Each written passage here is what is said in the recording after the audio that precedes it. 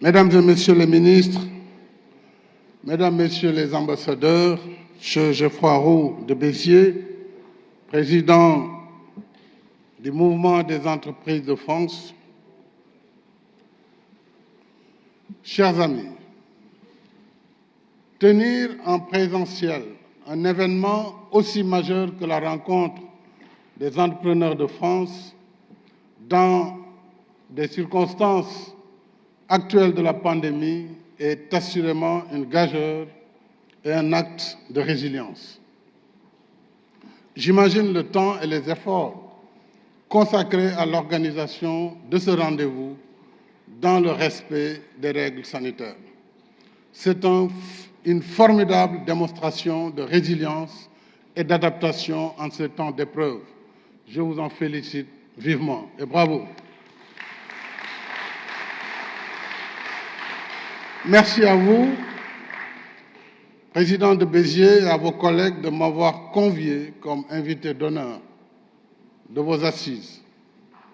J'y vois le témoignage renouvelé de votre attachement au Sénégal et à l'Afrique et de l'intérêt que vous accordez aux relations conviviales de coopération et de partenariat entre nos deux pays. En venant à votre rencontre, j'ai également à l'esprit que les bonnes affaires fleurissent dans le terreau fertile de l'amitié et de la confiance mutuelle. Cette année, à travers le thème de la renaissance des entreprises de France, vous mettez en lumière les enjeux économiques, sociaux et sociétaux de l'après-Covid, en relation avec la souveraineté économique, l'urgence de la transition écologique et de la préservation de la biodiversité, mais également des nouveaux modes de consommation et l'évolution du travail. Ces préoccupations nous interpellent tous, pouvoirs publics, secteur privé et citoyens, du Nord comme du Sud. Voilà plus de 6 mois, en effet, que l'infiniment petit secoue le monde entier, mettant à rude épreuve les systèmes sanitaires les plus sophistiqués, pulvérisant les taux de croissance économique, bouleversant les relations sociales et plongeant les entreprises, travailleurs et ménages dans la précarité. Cette crise sanitaire majeure révèle au grand jour l'impréparation du monde face aux pandémies et met à nu les vulnérabilités et les contradictions de notre modèle de production et de consommation. Au fond, c'est la question de la finalité même du développement qui est posée à travers cette pandémie. Dans sa quête du progrès, l'homme recule chaque jour les limites de la science et de la technologie, y compris dans la conquête de l'espace. Pendant ce temps, sur Terre, il manque des masques, des kits de tests, des équipements de protection individuelle, des lits dans les hôpitaux, des respirateurs, autant de nécessités indispensables à sa vie et à sa santé. Il urge de repenser notre modèle de développement, d'apprendre de nos erreurs, de redéfinir l'ordre des priorités et de redonner sens à l'économie réelle, en investissant plus et mieux dans l'agriculture, dans l'énergie durable, dans les infrastructures de santé, l'éducation et la formation, afin de réaliser un développement compatible avec le bien-être de l'homme intégral. Devant cette pandémie inédite, l'Afrique, par son expérience des épidémies, par la jeunesse de sa population et les mesures préventives précoces qui ont été prises par les États se montrent résilientes et combatives, déjouant ainsi les sombres pronostics qui prédisaient une hécatombe sur le continent. Pour sa part, le Sénégal fait face à la crise dans le cadre d'un programme de résilience économique et sociale qui a été financé à hauteur de 1,6 milliard de dollars avec l'appui de nos partenaires, les efforts de l'État en matière de réorganisation budgétaire ainsi que de donations de volontaires au niveau national. Et ce programme nous a permis de soutenir le secteur de la santé par le relèvement substantiel du plateau médical en pleine crise, des tests et un traitement gratuit de tous les malades. Tous les tests sont encore gratuits au Sénégal jusqu'au moment où je vous parle. Il a fallu assister les populations en denrées de première nécessité et en produits phytosanitaires, mais surtout appuyer notre diaspora si généreuse envers le pays en temps normal et qui a été durement éprouvée à cause des politiques de confinement, en particulier en Europe, aux États-Unis et dans les autres contrées. Soutenir, j'allais dire, le secteur privé local et préserver l'emploi à travers un paquet de mesures fiscales, douanières et d'injection de liquidités. Enfin, il a fallu assurer l'approvisionnement correct du pays en hydrocarbures et en produits pharmaceutiques de base. Il reste que, pour l'essentiel et pour l'ensemble des pays africains, les efforts internes ne suffiront pas pour amoindrir le choc de la crise de la Covid et relancer la croissance économique. Il nous faut plus de capacités financières. C'est pourquoi, avec d'autres collègues chefs d'État, j'ai lancé un plaidoyer pour un allègement conséquent de la dette publique africaine et un réaménagement de la dette privée selon des modalités à convenir. Ceci, c'est pour permettre à nos pays de disposer d'espaces budgétaires qui seront entièrement consacrés à la riposte sanitaire, à la résilience économique et sociale et surtout à la sauvegarde de l'emploi.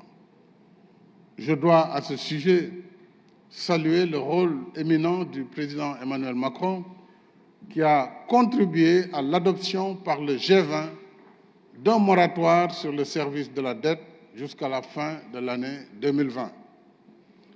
Je dois dire que ce moratoire doit être révisé pour nous permettre réellement de bénéficier de ces reports de remboursement. Et si je prends l'exemple du Sénégal, d'après nos dernières estimations, notre taux de croissance qui était projeté en 2020 à 6,8% sera de 1,1% au mieux. C'est pourquoi l'Union africaine souhaite travailler avec les partenaires pour une extension du moratoire du G20 sur l'année 2021. En effet, à situation exceptionnelle, mesure exceptionnelle. Je note ainsi que la sacro-sainte règle de discipline budgétaire selon laquelle le déficit annuel ne doit pas excéder 3% du PIB est aujourd'hui écartée pour faire face à la crise partout dans le monde. Et c'est le même esprit qu'il convient de considérer. Avec le même esprit, il convient donc de considérer la question de l'allègement du fardeau de la dette pour accompagner l'Afrique dans ses efforts de résilience et de reprise de sa trajectoire d'émergence post-Covid. Au demeurant, avec un montant de 365 milliards de dollars, 365 milliards, la dette africaine ne représente que 2% du volume de la dette mondiale. 2%. Je rappelle également que depuis plusieurs années, l'Afrique affiche régulièrement des taux de croissance supérieurs à la moyenne mondiale. Et en dépit des défis devant nous, les pays africains sont en grande majorité dans une dynamique de construction et de progrès. Les pays sont stables, malgré ça et là quelques difficultés conjoncturelles. Les gouvernements sont à la tâche. Il y a une jeunesse instruite, créative, qui entreprend et qui réussit. Des millions d'hommes et de femmes qui travaillent, qui investissent, qui créent des emplois et de la richesse. Toutes ces transformations positives restent dans l'angle mort de l'actualité, parce que peut-être que les mutations tranquilles, à l'image des arbres qui poussent dans la forêt, ne font pas de bruit. Mais il y a une Afrique qui bouge. L'Afrique émergente est loin des stéréotypes qui la présentent comme la face obscure de l'humanité. Et le risque,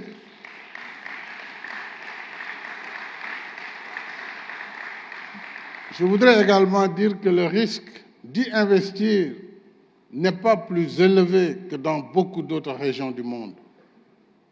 À tous nos partenaires publics et privés, mon message reste le même. Poser un nouveau regard sur l'Afrique et les Africains. Ceux qui continuent de percevoir et d'analyser les dynamiques africaines à travers des paradigmes, j'allais dire périmés, risquent d'être surpris et en retard sur les rendez-vous de demain. Mais c'est déjà les rendez-vous d'aujourd'hui. Pour une économie mondiale essoufflée, l'Afrique en construction est une source d'opportunités et d'investissement. C'est aussi un facteur, c'est aussi un acteur qui demande des rapports de partenariat plus qualitatifs, plus justes et plus équitables pour une croissance et une prospérité partagée. Le Sénégal, mon pays, veut rester dans cette dynamique avec le plan Sénégal émergent à travers la séquence 2019-2023. Le programme d'action prioritaire de cette phase 2 porte sur des secteurs cibles comme les infrastructures, les mines, l'énergie, y compris l'exploitation du pétrole et du gaz à partir de 2023, l'agriculture et l'agrobusiness, la construction avec un programme quinquennal de 100 000 logements, le tourisme, la finance, mais également les industries et surtout l'économie numérique. Mais chemin faisant, la pandémie Covid-19 nous a révélé des points de vulnérabilité potentiels qui nous exposeraient à des pénuries en cas de rupture de fret ou de rétention de produits par des pays exportateurs. Il en est ainsi de l'agriculture et de l'agro-industrie, mais surtout de l'industrie pharmaceutique. Et pour parer à de telles éventualités, nous avons entamé un processus d'ajustement et d'accélération de ce programme d'action prioritaire du PSE à travers un nouveau programme de relance de l'économie nationale. Il s'agit en fait, en tenant compte du fait que la Covid est encore là pour un certain temps. Personne ne sait quand est-ce que cette maladie va partir. Espérons qu'il y aura bientôt des vaccins ou un traitement. Mais en attendant, nous devons apprendre à vivre en présence du virus, tout en respectant les gestes barrières, comme vous l'avez fait aujourd'hui. Ainsi, nous allons adopter en septembre le programme d'action prioritaire, donc, je le disais, ajusté et accéléré. Et il s'agira, dans ce nouveau programme, de donner une surpriorité à la souveraineté alimentaire. L'agriculture, avec un volet agro-industrie très développé, l'élevage, la pêche, l'industrie pharmaceutique et sanitaire, mais aussi il s'agira de booster en même temps l'industrialisation de l'économie, le numérique, le tourisme, qui reste un secteur traditionnel au Sénégal, le logement, en favorisant davantage l'équité territoriale et l'inclusion sociale. Parallèlement, les projets stratégiques des infrastructures et de l'énergie seront poursuivis. D'ici 2023, le PAP 2 ajusté et accéléré requiert un financement de plus de 22 milliards d'euros, dont le tiers est attendu du secteur privé local et étranger. Donc voilà les défis que nous voulons relever avec notre programme de relance de l'économie nationale. Je suis sûr que vous pouvez y contribuer et je ne vous présenterai pas le Sénégal. Le MEDEF connaît le Sénégal. Vous connaissez le pays. Nous connaissons également la qualité du savoir-faire français. Nous avons en commun une langue et une tradition juridique, en plus de la proximité géographique. Aujourd'hui, plus de 250 entreprises françaises opèrent au Sénégal pour plus de 30 000 emplois créés. Voilà ce qui nous permet de travailler ensemble sur des projets divers, parfois sophistiqués, comme le projet du train express régional, dont la première phase est en cours d'achèvement. Les atouts sont là, non négligeables, tout comme il y a des défis à relever. D'abord, le défi de la compétition et de l'obligation de résultat. Le cercle des partenariats s'élargit en Afrique. C'est ça la réalité du monde aujourd'hui et la réalité de l'Afrique. De sorte qu'il ne peut plus y avoir ni d'exclusion ni d'exclusivité sur le continent. De plus, les gouvernants sont tenus par des exigences de délai et de qualité dans l'exécution des projets. Chaque projet doit être exécuté dans les normes et livré à l'échéance convenue. Les défis de l'accompagnement institutionnel, c'est un défi majeur. À mon sens, le vrai enjeu de la coopération avec l'Afrique aujourd'hui, ce n'est plus le débat sur l'augmentation de l'aide publique au développement, mais comment les gouvernements des pays partenaires, pays développés, pourraient soutenir les initiatives d'investissement de leur secteur privé. Ce débat, je l'ai abordé hier avec le président Macron au cours de notre rencontre. C'est un débat que nous avons avec les dirigeants européens, américains, asiatiques. Il faut une réflexion collective sur la question de l'accès au financement. Évidemment, se posera la question de la perception du risque en Afrique. Peut-être nous pourrons, sur le débat, revenir sur ce sujet. Il y a aussi le défi, enfin, de la réforme.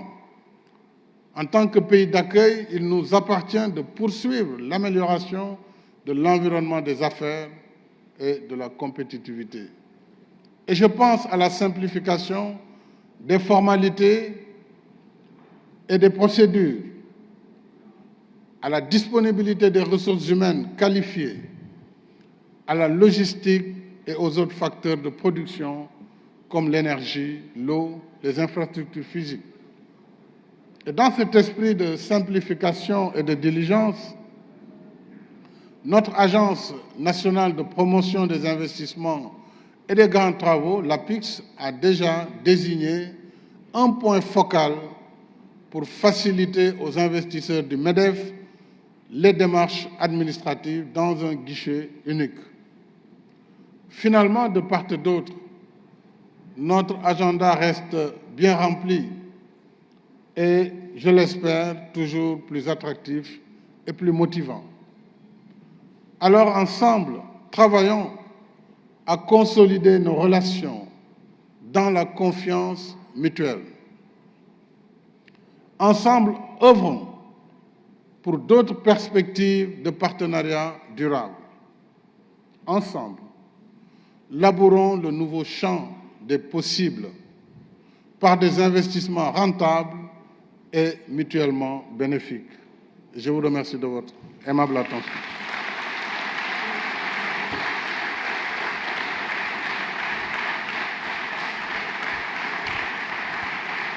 Merci, Votre Excellence. Merci, Macky Sall.